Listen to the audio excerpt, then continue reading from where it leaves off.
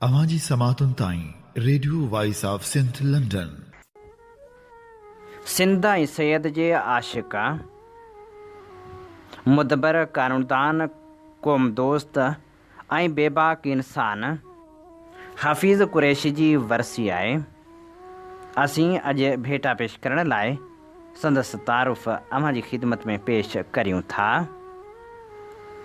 नामवर सियासतदान एडवोकेट हफ़ीज़ कुरैशी अलमारूफ़ चाचा हफ़ीज़ कुरैशी हाल जे मशहूर काज़ी ख़ानदान मां काज़ी शफ़ी मोहम्मद जे घर में 26 जुलाई 1920 ते जनम वरितो।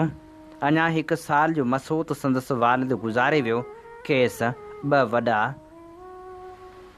भाइर मोहम्मद बचल ऐं काज़ी फ़ज़ुल्लाह हुआ।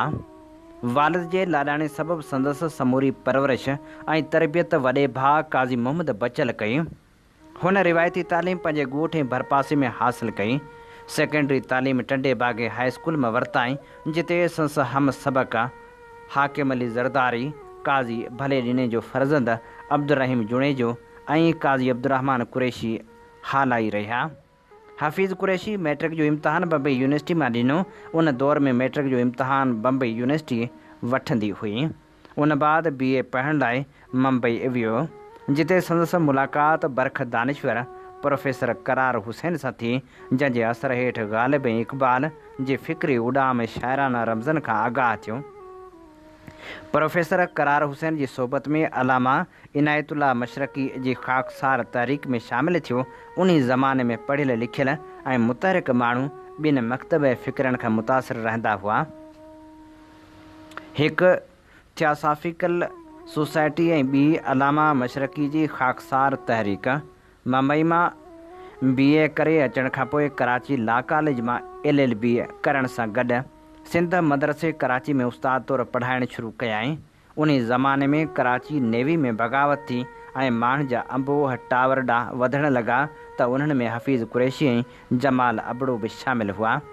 जॾहिं सरकारी अहलकारनि शीलिंग कई ऐं गोलियूं हलायूं त हुन जमाल अबड़े खे पुठी ॾेई भॼण बदिरां पुठिएं पेर भॼण जी सलाह ॾिनी त जीअं गोली लॻे त पुठी में न पर छाती में लॻे। हफ़ीज़ कुरैशी LLB जी तालीम मुकमिल करे मास्तरी छॾे आराम बाग वटि आफ़ीस क़ाइमु करे वकालत करणु लॻो। 1958 में खेसि लतीफ़ सां शनासाई डॉक्टर नबीबख्श ख़ान बलोच कराई। फील्ड मार्शल अयूब ख़ान जे मार्शल जो ज़मानो हो। कराची खां हैदराबाद सफ़र दौरान डॉक्टर नबीबख्श ख़ान बलोच सां ट्रेन में मुलाक़ात थी, जंहिं ग़ालिब ऐं अलामा इक़बाल सां संदसि चाह ॾिसी खेसि लतीफ़ शनासी खां आगाही ॾिनी। अॻिते हली GM सैद खां बि लतीफ़ शनासी हासिलु कयाई ऐं सॼी ज़िंदगी लतीफ़ी रंग मथसि चढ़ियल रहियो। हुन जी गुफ़्तगू ऐं तक़रीर में मंतक़, इस्तदलाल, लतीफ़ी लात ऐं क़ुरान जूं आयतूं गॾिजी हिकु मोसर रंग पैदा कंदियूं हुयूं। GM सैद खेसि सिंध जो अबुल कलाम लक़ब ॾिनो, जॾहिं त हू क़ौमी तहरीक में चाचा हफ़ीज़ कुरैशी जे नाले सां सुञातो वञे थो। हूअ क़ौमी तहरीक में हिसो वठण सबबि केतिरा भेरा जेल वियो।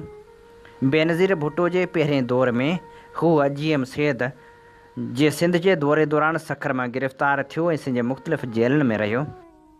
1970 वारे ॾहाके में रसूल बख्श पलीजीअ सां गॾिजी सिंधी अवामी तहरीक ठाहियाई, जंहिंजो पाण सदर ऐं रसूल बख्श पली जो सेक्रेटरी हो। पर पलीजीअ साहिब जा GM सैद सां इख़्तिलाफ़ ॾिसी खांइसि धार थी वियो। हुन जा शहीद ज़ुल्फ़कार अली भुट्टे सां बि वास्ता हुआ।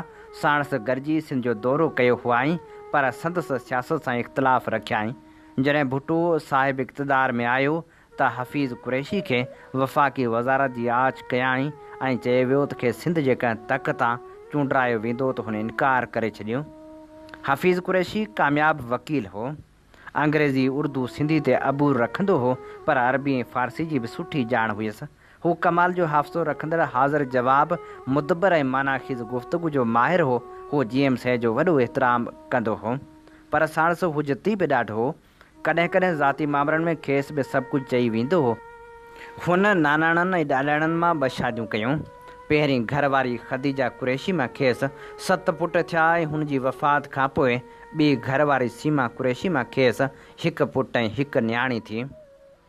संदसि न्याणी 8 पुट तालीम याफ़्ता आहिनि, जिन मां 2 गुज़ारे विया आहिनि। हफ़ीज़ कुरैशी खे कुदरत औलाद ऐं जाइदाद सां ख़ूब नवाज़ियो हो, पर हूअ उन्हनि ॿिन्ही नेमतनि खां इंतिहाई हद ताईं लापरवाह रहियो। हीअ सचार इंसानु पंहिंजी औलाद जी तालीमी तरबियत जो सॼो क्रेडिट पंहिंजी ॿी घरवारी सीमा कुरैशी खे ॾींदो हो। हुन 29 जुलाई 1997 ते हैदराबाद में वफ़ात कई।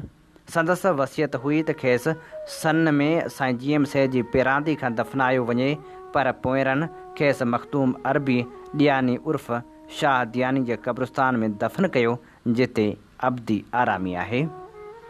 अवां जी समातुनि ताईं radio voice of Sindh London.